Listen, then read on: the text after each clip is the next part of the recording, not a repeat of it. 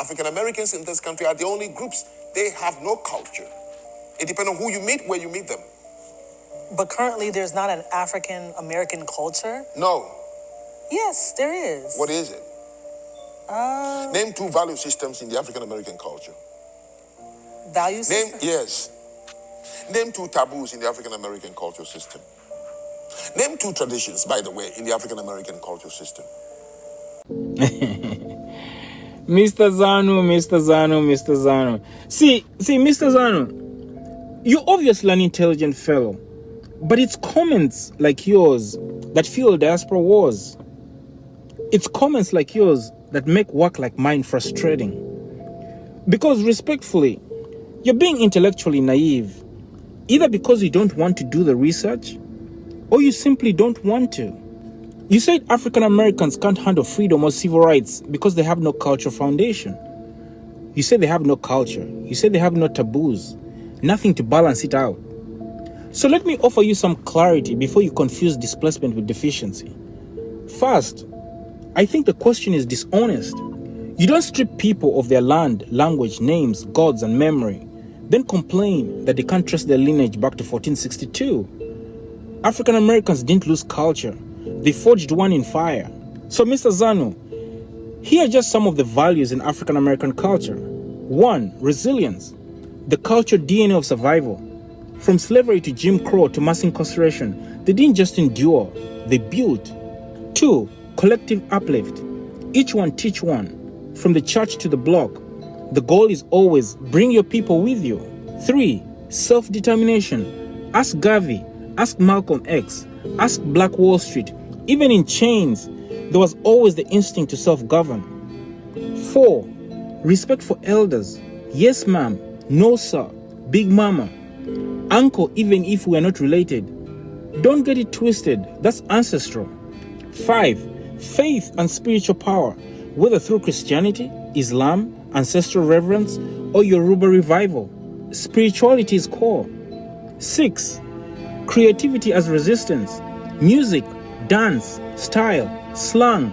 African Americans turned rhythm and rhyme into shields and swords. 7. Kinship beyond blood. Play cousins, aunties who aren't biological. Because when the system breaks the family, community steps in. 8. Justice and fairness. From civil rights to Ferguson to George Floyd, African Americans don't stop fighting for the oppressed. And then we move on to taboos. Yes, African Americans have taboos too. Plenty. 1. Disrespecting elders, whether you're 5 or 45. Disrespect an elder and you'll feel the culture. 2. Snitching. Beyond street code, it's rooted in survival. If the system wasn't built for you, you don't feed it. 3. Public family shame. Don't air dirty laundry. You protect the house even when it's messy. 4. Coping without credit. Biting someone else's style without acknowledgement. That's a cultural sin. 5. Playing with ancestors. Even non-religious black folk will not speak lightly of the dead or the struggle. That's reverence right there. 6. Selling out.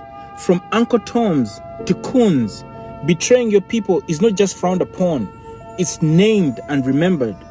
7. Letting the culture die, whether it's jazz, soul food, or the electric slide at a wedding, you carry it forward.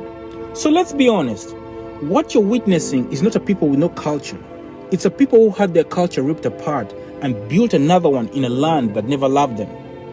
What you call lack of foundation is actually unrecognized brilliance, because African American culture isn't just about remembering where you come from. It's about reinventing where you can go.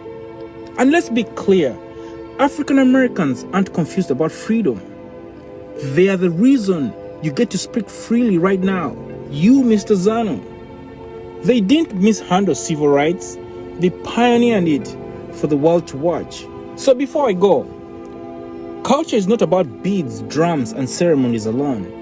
It's also how people adapt, preserve, and protect themselves, even in exile, even in trauma, even without land. What African Americans did with half a culture, stolen names, and borrowed language is nothing short of a miracle. So no, The issue is not whether they can handle civil rights. The issue is whether we can handle the truth that even after centuries of being displaced, they still managed to build a culture so loud the world couldn't just ignore it. So, Mr. ZANU, instead of policing their culture, please try learning from it. Because if you ever face what they've faced, you'll pray to have their resilience.